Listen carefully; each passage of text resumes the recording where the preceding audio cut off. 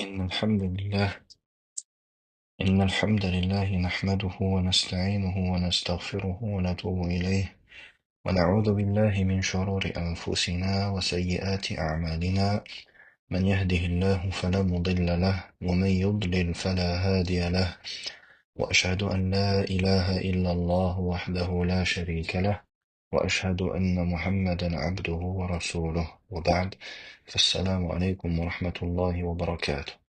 نواصل إن شاء الله تعالى في درسنا في شرح الأربعين، وقد وصلنا إلى الحديث السادس. قال رحمه الله: الحديث السادس عن أبي عبد الله النعمان بن بشير رضي الله عنه قال: سمعت رسول الله صلى الله عليه وسلم يقول: إن الحلال بين وإن الحرام بين وبينهما مشتبهات لا يعلمهن كثير من الناس. Le sixième hadith, d'après Abi Abdallah al-Nu'man ibn Bashir, radiyallahu anhu, il dit: j'ai entendu le message d'Allah sallallahu alayhi wa sallam dire: le halal est clair et le haram est clair ou évident. Et il y a entre les deux des choses ambiguës que beaucoup de gens ignorent.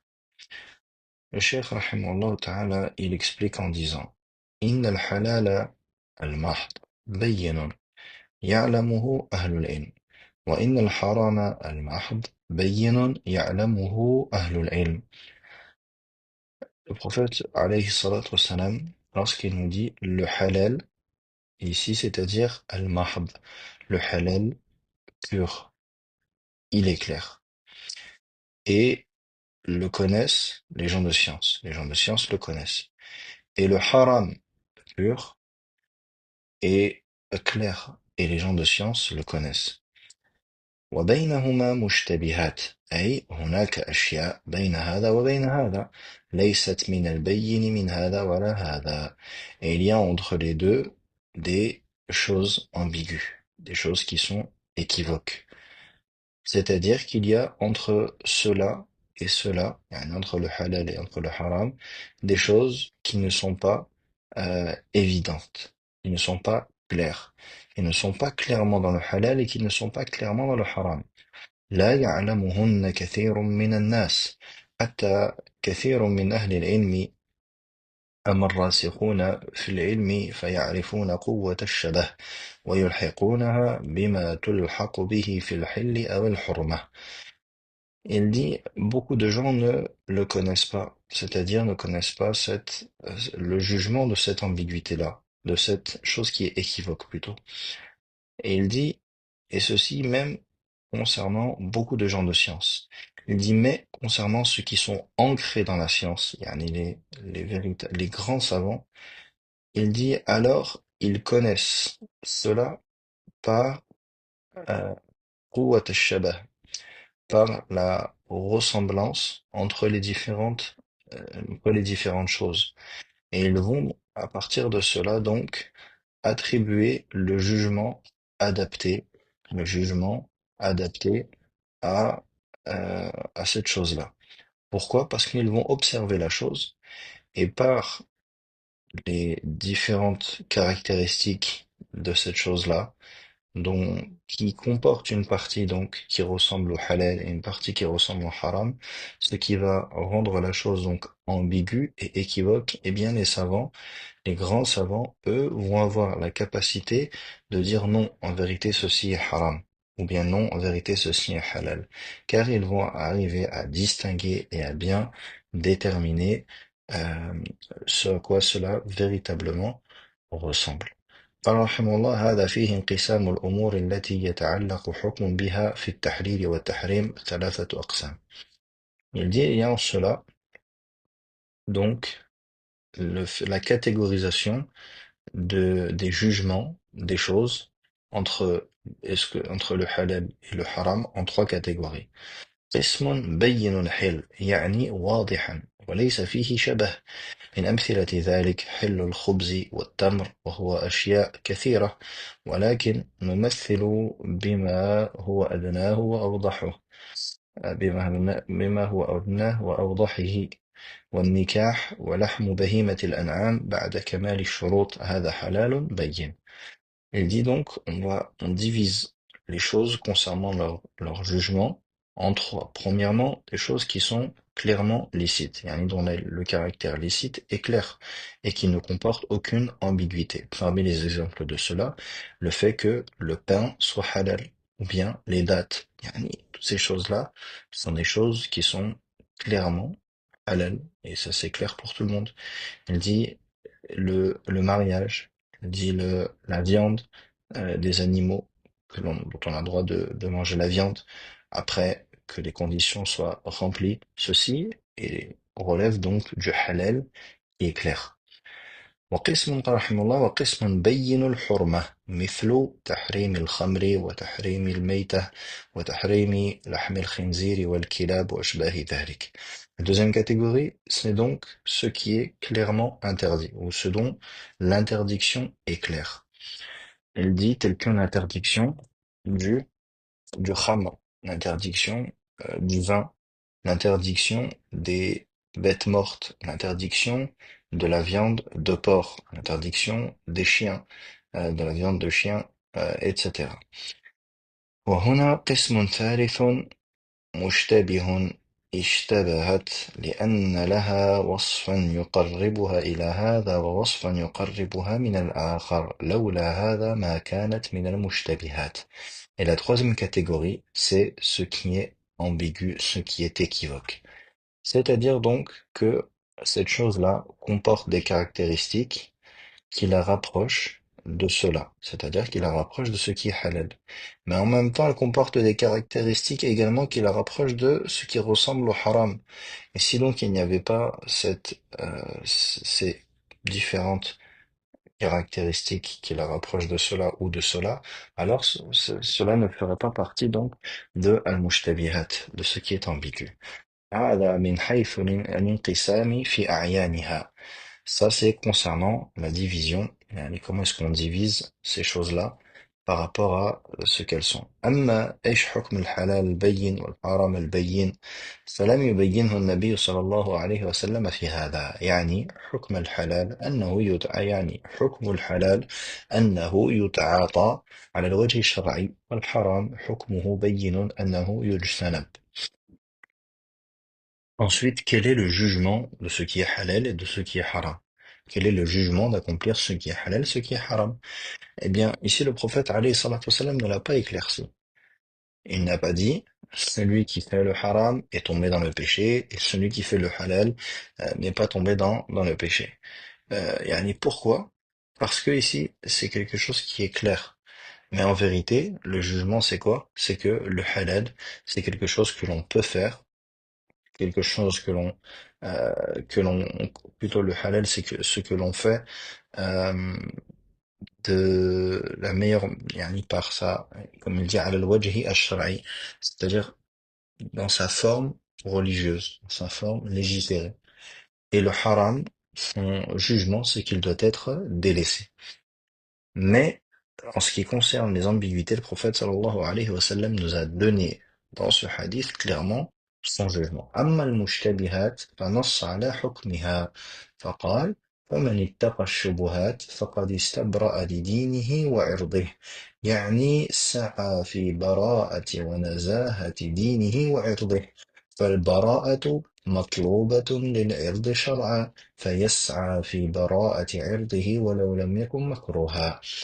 Ensuite, il dit, alayhi salatu wassalam, celui qui se protège des ambiguïtés, alors il a certes innocenté sa religion et son honneur. C'est-à-dire donc, il a par cela fait les efforts afin d'innocenter, afin de laver, ou plutôt de purifier naam, sa religion et son honneur. Donc, Al-Bara'a, le fait d'être innocenté, c'est quelque chose qui est demandé religieusement. Yani le fait d'avoir un honneur qui est innocenté. Donc ici, ce qui est voulu, c'est que la personne, elle doit toujours faire les efforts nécessaires afin d'avoir un honneur qui est innocenté. Yani qu'il ne soit pas, que la personne ne soit pas, comment on dit, que la personne, elle ne soit pas donc, euh, que la personne donc ne soit pas accusée dans son honneur. Non. Ensuite, il dit, rahimahullah, يعني الذي لا يتقي الشبهات بل يتعاطاها ولا يبالي ما سعى في نزاهة دينه وعرضه. C'est-à-dire donc que celui qui ne se protège pas des ambiguïtés et qui rentre, yani qui accomplit les ambiguïtés et qui s'en fiche, alors cette personne ne s'est pas empressée d'innocenter sa religion et son honneur. ولم يقل إن المشتبهات محرمة بل المحلل محلل والمحرم محرم وهذا ما قاله إنه محرم بل قال فمن اتقى الشبهات فقد استبرأ لدينه وعرضه أي طلب براءة الدين والعرض ففيه الحث على اجتناب الشبهات وأن الإنسان ينبغي له أن يسعى في براءة ونزاهة دينه وعرضه النبي صلى الله عليه وسلم سيد المعصومين قال إنها صفية مخافة أن يقذف الشيطان في قلوبهما شرا فينبغي لنا نحن الذين لا نعد من المعصومين أن نسعى فيما يبرئ أعراضنا وديننا. نعم. Et le prophète alayhi salatu wassalam n'a pas dit les choses ambiguës sont interdites. Mais ce qui est permis et ce qui est permis et ce qui est interdit et ce qui est interdit. Euh, et concernant cela, il y a les ambiguïtés, il n'a pas dit ceci est haram, mais il a dit celui qui se protège des ambiguïtés a certes innocenté sa religion et son honneur. C'est-à-dire, il a demandé, il est ce qui va rendre innocent sa religion et son honneur. Et il y a donc en cela, qu'est-ce que l'on tire de cela? On tire de cela le fait que le prophète alayhi salatu wassalam a incité à délaisser les ambiguïtés et que il incombe à la personne de s'empresser d'innocenter sa religion et son honneur. Le prophète alayhi salatu wassalam, qui est le maître des ma'soumin, ceux qui ne se trompent pas, des infaillibles, il dit alayhi salatu wassalam, c'est certes Safiyya. Mais dans le hadith dans lequel le prophète alayhi salatu wassalam, il était la nuit pendant Ramadan alors qu'il était en i'tikaf, lorsqu'il a raccompagné sa femme Safiya qui était venue le voir vers la mosquée. Et donc, comme vous le savez, à l'époque, la nuit, il n'y avait pas de lumière, il n'y avait pas d'électricité comme aujourd'hui, donc on ne voyait pas vraiment les choses la nuit. Et donc le prophète alayhi salatu wassalam, lorsque Safiya est venu le voir alors qu'il était en état d'i'tikaf à la mosquée, il l'a raccompagné donc jusqu'à chez elle. Son épouse donc, radiyallahu anha. Et lorsque il a croisé des sahaba, qu'est-ce qu'il leur a dit? Il leur a dit, Innaha Safiyya. C'est certes Safiyya qui est avec moi. Yani, je ne me suis pas, euh, je ne me suis pas ici retrouvé seul, je ne me suis pas mis tout seul avec une femme étrangère. Il a ici clarifié que c'était bien son épouse avec qui il était. Et ceci afin que les Sahaba n'aient pas cette ambiguïté que le prophète alayhi salatu wassalam serait peut-être avec une femme étrangère. Et également afin donc d'innocenter son honneur. Et pourtant c'est le prophète alayhi salatu wassalam. Il dit par peur ou de peur que Shaitan ne n'insuffle dans leur cœur, yani le cœur de ces deux sahabis, du mal. Et donc, il incombe à autre que le prophète, alayhi salatu wassalam, c'est-à-dire nous, d'être encore plus vigilants vis-à-vis de cela. نعم ومن وقع في الشبهات وقع في الحرام ثم مثل صلى الله عليه وسلم مثالا للذي يقع في المشتبهات وللذي يبتعد عنها فقال كالراعي يعني راعي إبل أو غنم ترعى الفلاح يرعى حول الحمى يوشك أن يرتع فيه يعني الذي يقع في الشبهات مثل الراعي الذي رعى قريبا من الحمى والذي يجتنبها هو الذي يبعد. نعم. Et le prophète, alayhi salatu wassalam, il nous dit ensuite, et celui qui tombe dans les shubuhat, celui qui tombe dans shubuhat, qui tombe dans les choses ambiguës, alors il tombera dans le haram. Et ensuite, donc, le prophète, alayhi salatu wassalam, a donné un exemple, celui qui tombe dans les ambiguïtés. Il dit,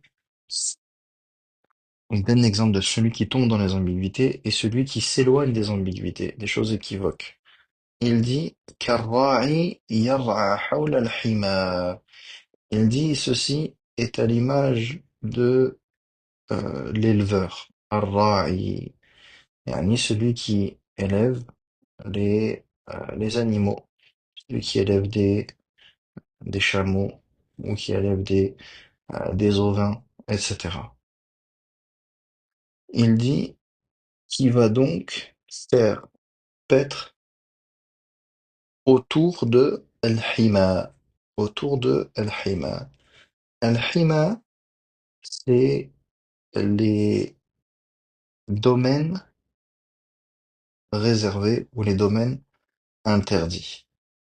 C'est-à-dire donc, comme vous le savez, le, le gouverneur, le roi, autre, il a des domaines réservés. Yani des domaines, des bouts de terre qu'il a réservés pour ses propres animaux, pour ses propres animaux.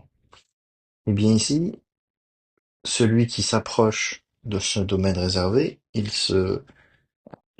prend un risque, car ceci est interdit. Il prend un risque. Eh bien, le prophète, alayhi salatu wassalam, nous donne un exemple de cela. Il nous dit, celui qui tombe dans les shubuhat, il est comme celui qui va prendre ses animaux, comme l'éleveur qui va prendre ses animaux, et qui va les emmener paître aux frontières de Al-Hima, du domaine réservé donc euh, du gouverneur, du sultan.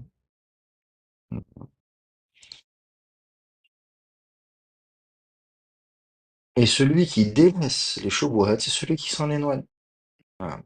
والرعاة الذي يتصور منهم ثلاثة أشياء: قسم يرتع فيه، وقسم يرتع حوله فهذا يوشك أن يرتع فيه، وقسم يرتعها بعيدا من الحمى فترك الحرام والمتشابه. Et donc, ceux qui vont laisser paître leurs animaux sont de trois catégories par rapport à ce domaine réservé. Il dit, la première catégorie, c'est celui qui va faire paître ses animaux dans ce domaine-là. Alors cette personne, elle est directement tombée forcément dans le haram. Ensuite, on a une personne qui va faire paître ses animaux autour de ce domaine réservé. Alors cette personne-là, il est très probable, pardon, qu'elle finisse par rentrer dans ce domaine, par tomber dans le haram. Il est très probable qu'elle finisse par tomber dans le haram. Et la troisième catégorie, c'est une catégorie qui va faire paître ses animaux loin de cela. Alors, cette personne a délaissé le haram et ce qui est équivoque. والذي راى حوله يوشك إن أتت منه نومة أو غفلة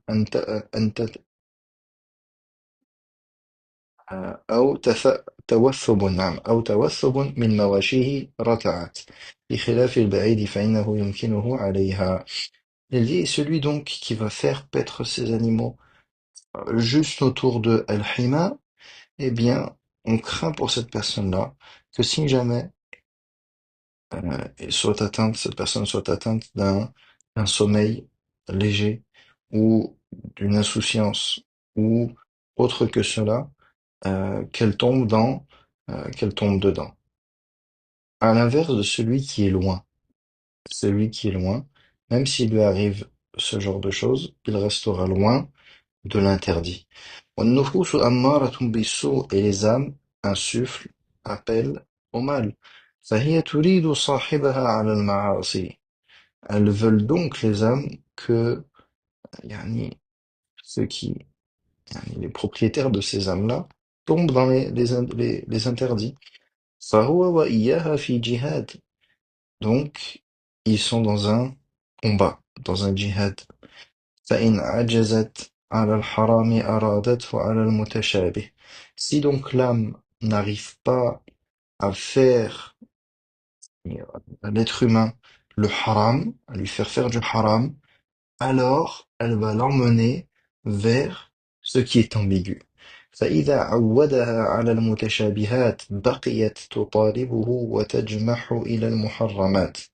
بخلاف البعيد من الحمى فإنها إذا قهرته وقع في المتشابه وهو ليس بحرام فصار ترك المتشابهات أسلم له من أن يقع في الحرام.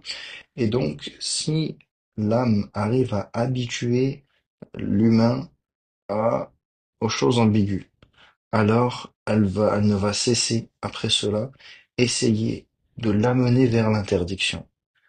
À l'inverse de celui qui est loin de Al-Hima, qui est loin du domaine réservé, du domaine interdit, si jamais son âme va prendre le dessus, alors il va tomber à ce moment-là dans ce qui est ambigu. Mais il ne tombera pas dans le haram.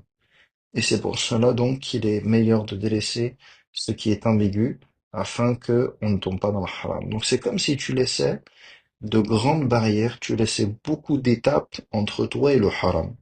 Alors que si tu es déjà dans les ambiguïtés, il ne reste entre toi et le haram qu'une seule chose. فعرفت مرتبة الحمى وهو الحرام والذي إلى جانبه هو المتشابهات والبعيد عنه الذي لا يأتي الشبهات بل لا يأتي إلا الحلال فهذا الحلال. Et donc, tu vois ici, tu comprends le degré de al-hima, du domaine réservé, qui est le haram. Et celui qui est juste à côté, yani de ce qui est collé à al-hima. C'est quoi? Al-mutashabihat, les ambiguïtés, les choses qui sont ambiguës. Et ce qui est lointain de cela, ce qui est loin de cela, eh bien, cette personne qui est loin, il ne va pas s'approcher des shubuhat. Et il ne va faire que al-halal, et ça c'est le halal. Donc on a al-halal, on a les ambiguïtés et on a le haram. Celui qui est loin des ambiguïtés, il est dans le halal. Et celui qui est dans les ambiguïtés, il est juste à la porte du haram. Il n'est qu'à il n'y a entre lui et le haram qu'une seule porte. فهذا البيان الكافي الشافي من المصطفى صلى الله عليه وسلم وقد جاء فيه من التقريب للأذهان وجلاء الحال والمقام ما يكون فيه ما لا يخفى فإن النفوس لها إذعان كل إذعان نعم فإذعان كل الإذعان إذا كنت تبين لها شأنا إن تبين لها ما هو واضح عندها حتى يقع هذا مثل هذا عندها وينتقش في القلب صورة محققة. Et donc ici, il y a un éclaircissement du prophète alayhi salatu wassalam qui est suffisant et qui est parfait. Et donc ici, le prophète alayhi salatu wassalam, il a donné un exemple qui va faciliter la compréhension dans les esprits. Yani, l'exemple qu'a donné le prophète alayhi salatu wassalam de al-halal, al-haram et de al-mutashabih et celui qui tombe dans le mutashabih, ce qu'il risque, dans quoi il risque de tomber, avec l'exemple de celui qui va faire paître ses animaux euh, proches du domaine réservé du sultan, celui qui va les faire paître loin. Eh bien ici, cet exemple qu'a donné le prophète alayhi salatu wassalam permet de clairement comprendre les choses et par ce type d'exemple, eh bien, yani, ce que l'on, la finalité, yani l'idée finale va être extrêmement claire dans l'esprit de celui à qui on s'adresse. ألا وإن لكل ملك حمى يعني أن الملوك بطبعهم يحمون فهذا إخبار بالواقع أن الملوك من شأنهم يحمون لكن الخلق أم الملوك يحمون أم لا الراجح أنه إذا حمى مثل حمى الرسول صلى الله عليه وسلم دواب المسلمين فهذا جائز وأما ما كان على غير حمى الرسول صلى الله عليه وسلم فهو من حمى الجاهلية الذي نفاه بقوله صلى الله عليه وسلم لا حمى إلا لله ولرسوله. Ensuite, il nous dit, le prophète alayhi salatu wassalam, et certes, chaque roi possède un domaine réservé. C'est-à-dire, yani, les rois, ils ont de manière naturelle, ou plutôt ils ont presque toujours donc des domaines réservés. Il dit, et ceci est une information du prophète alayhi salatu wassalam, et ce n'est pas une affirmation, et ce n'est pas une reconnaissance du jugement. Il dit, car est-ce qu'il est permis pour un roi d'avoir un domaine réservé? Et le cheikh il nous dit que le jugement qui apparaît, c'est que s'il a un domaine réservé, comme celui du prophète alayhi salatu wassalam, pour les bêtes des musulmans, il dit ceci est permis. Mais si c'est autre que cela, alors ce n'est pas permis, car le prophète alayhi salatu wassalam a dit, il n'y a de hima, il n'y a de domaine réservé que pour Allah et son messager. Et ça, c'est une autre mas'ala. Donc le prophète alayhi salatu wassalam dit, certes, chaque roi possède un domaine réservé, ألا وإن حمى الله محارمه. Et certes, le domaine réservé, yani le hima d'Allah, c'est ses interdits. Et donc, Allah tabaraka wa ta'ala a rendu ces choses-là donc interdites. فالرب تعالى حمى حما. Donc Allah tabaraka wa ta'ala a considérer des choses comme étant interdites. Yani, c'est comme s'il avait, Allah tabaraka wa ta'ala, fait un domaine réservé, comme le roi. Et si c'est un exemple. Et ceci afin que les hommes, les serviteurs, ne pétrent pas dans cet endroit-là et qu'ils périssent. Car celui qui va faire les choses qui sont détestables, ce qui est makruh, eh bien, on va avoir peur, on a peur qu'elle tombe dans le haram, hein. Comme vous le savez, on a dans les différents jugements, l'ahkam, sharaïa, on a quoi? On a le haram, on a le makruh, on a le mubah, on a le mustahab et on a le wajib. On a ce qui est interdit, haram, on a ce qui est makruh, détesté, on a ce qui est permis, mubah, ce qui est conseillé, mustahab, et ce qui est obligatoire, wajib. Donc celui qui tombe dans ce qui est déconseillé, eh bien, peu ne s'en faut qu'il tombe dans le haram. C'est pour cela que on doit faire des efforts pour ne pas tomber, même dans ce qui est makruh, même ce qui est détestable, on doit faire les efforts pour ne pas tomber dedans. Parce que dès lors que tu vas avoir une petite insouciance, qu'est-ce qui va se passer? Shaitan, il va en profiter et il va donc prendre le dessus. Ensuite, le prophète alayhi salatu wassalam, nous dit Ala wa inna fil jasadi mudghah. Et certes, il y a dans le corps un morceau de chair. يعني قطعة لحم بقدر ما يمضغه الماضغ والمضغة هي القلب. Il dit et certes, il y a dans le corps une mudghah, un morceau de chair. إذا صلحت إذا صلحت يعني صلاحها بالوحي والانقياد له. Dès lors que ce morceau de chair est pur et sain. Comment est-ce que ce morceau de chair va être sain? Et ce morceau de chair, c'est le cœur. Comment est-ce qu'il va être saint?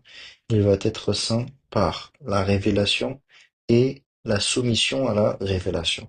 فإذا وقر الإيمان فيها لانت ثم أشرقت بنور الإيمان وزالت عنها القسوة والظلمة ظلمة الشرك والبدع والمعاصي فحينئذ يصلح القلب ويلين وإذا صار القلب هكذا صلح الجسد كله انبعثت الجوارح تسير على مقتضى ما في القلب من الصلاح. Et dès lors que la foi va pénétrer le cœur, alors ce dernier va s'adoucir. Puis la lumière de la foi va éclaircir tout le cœur et va faire disparaître la dureté et les ténèbres de ce cœur-là. Yani les ténèbres du shirk, des innovations et des désobéissances. Et à ce moment-là, le cœur sera saint et il sera attendri. Et dès lors que le cœur sera ainsi, alors صَلَحَ الْجَسَدُ كُلُّهُ. Le corps tout entier deviendra saint. C'est-à-dire donc que les membres du corps vont devenir à l'image de ce cœur, en ce qui concerne sa piété et sa sainteté. وإذا فسدت فسد الجسد كله وعلى قدره يكون مقدار القسوة والظلمة. Et dès lors que le cœur devient, et dès lors que celui-ci, c'est-à-dire ce morceau de chair, est corrompu, alors le corps tout entier le devient. Naam. Et en fonction donc de cette dureté et de ces ténèbres qu'il y a dans le cœur, le corps en aura une partie. Ala wa hiya al-qalb. Le prophète sallallahu alayhi wa sallam dit, et certes, ce morceau de chair n'est autre que le cœur. Donc on a pris de ce hadith comme fawaïd, comme leçon, que ce qui est en lien avec le jugement de concernant ce qui est en lien avec le jugement de ce qui est halal et haram se divise en trois. Premièrement, le halal clair, le halal qui est clair, évident, que connaissent les gens de science et que comprennent même ceux qui ne sont pas des gens de science. La deuxième chose, c'est le haram clair. Et celui-ci est connu par les gens de science et même celui qui ne fait pas partie des gens de science. La troisième catégorie, ce qui n'est pas clairement halal et qui n'est pas clairement haram. Il y a une chose donc, ici il y a, ce n'est pas tout à fait clair, ce n'est pas tout à fait transparent, c'est opaque. Il dit bien dû à ce caractère équivoque, non, et ceci est dû plutôt, pardon, à son caractère équivoque. Et donc, on comprend également, ونفهم شيئا آخر حكم الحلال وحكم الحرام وحكم المشتبه.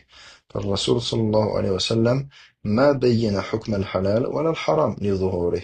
Quel est le jugement du halal, le jugement du haram? Yani, quel est le jugement d'accomplir ce qui est halal et ce qui est haram et ce qui est ambigu. Le prophète alayhi salatu wassalam, n'a pas clarifié dans le hadith le jugement du halal ni le jugement du haram, car ceci est clair. Il est clair que le haram, il est interdit de le faire et que le halal, il est permis de le faire. نعرف أن الحلال حكمه التعاطي والمحرم الاجتناب. Donc le halal, son jugement, c'est de le faire et le muharram, c'est de le délaisser. والمشتبه أمر باجتنابه احتياطا ونزاهة للدين وبراءة للعرض أن يوقع فيه بالسوء. Et concernant ce qui est ambigu, alors le prophète alayhi salatu wassalam a ordonné de le délaisser par précaution. Ihtiyatan, par précaution.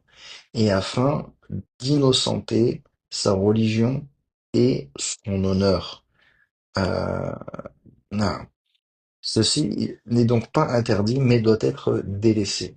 Non pas parce que c'est haram, mais afin d'innocenter sa religion et son honneur.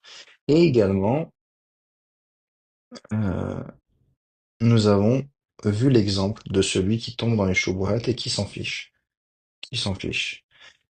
Ici, donc, c'est celui qui va faire paître ses animaux au bord du domaine gardé.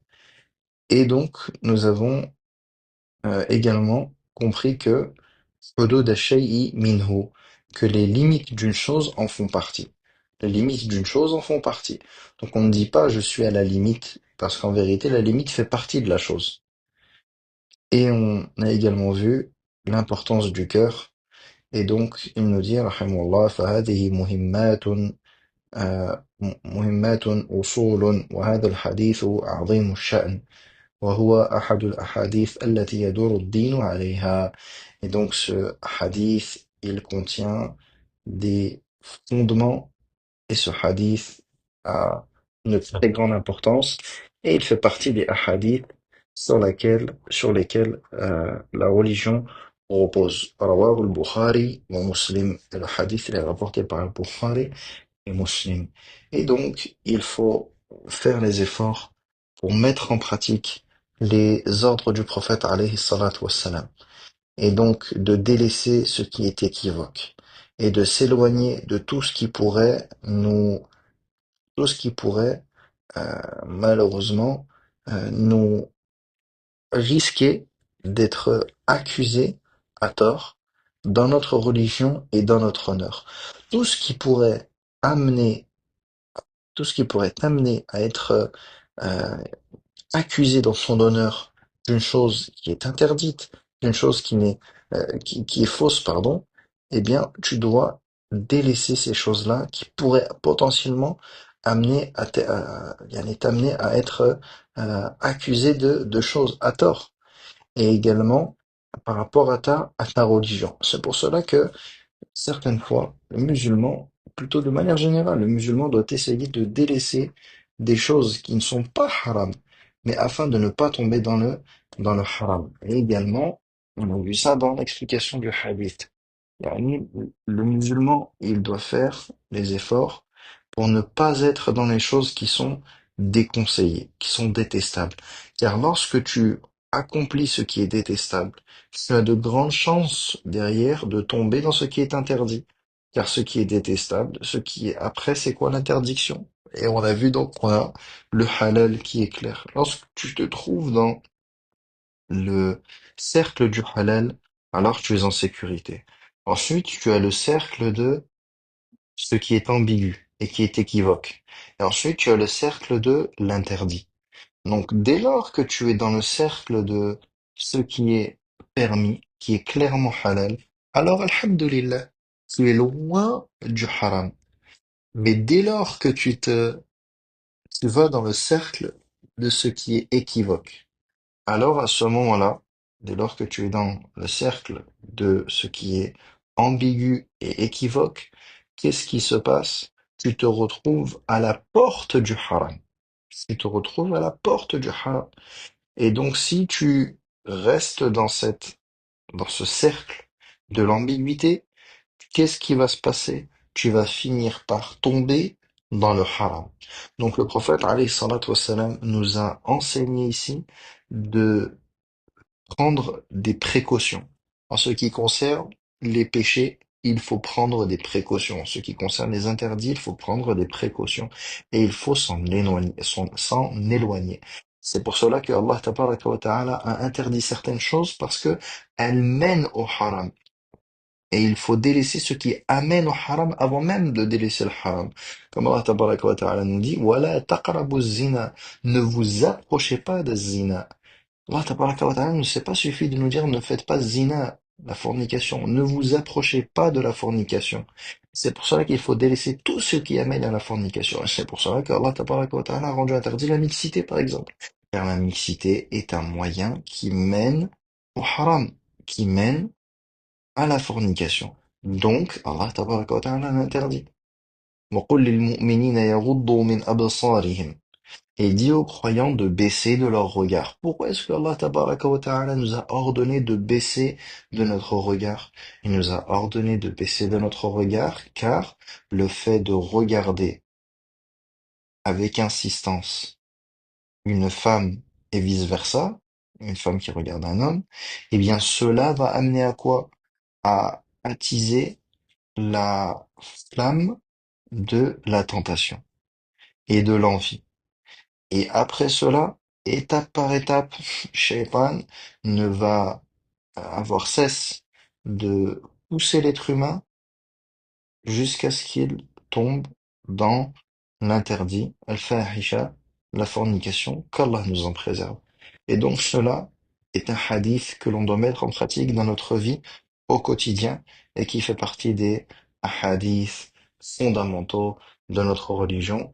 Et il a également expliqué, le prophète alayhi salatu wassalam, l'importance du cœur, pardon, et que, comme les savants disent, le cœur est le roi des membres. Le cœur est le roi des membres, et la parole du prophète alayhi salatu wassalam concernant le cœur est claire. S'il est sain, alors l'ensemble du corps le sera, et si il est corrompu, eh bien l'ensemble du corps le sera corrompu. Et donc, on comprend que le fondement et la base de la piété repose sur la piété du cœur. Wallahu a'lam. Wa sallallahu wa sallim ala nabiyyina Muhammad wa ala alihi wa sahbihi ajma'in. Subhanaka Allahumma wa bihamdik. Ashhadu an la ilaha illa ant. Astaghfiruka wa atubu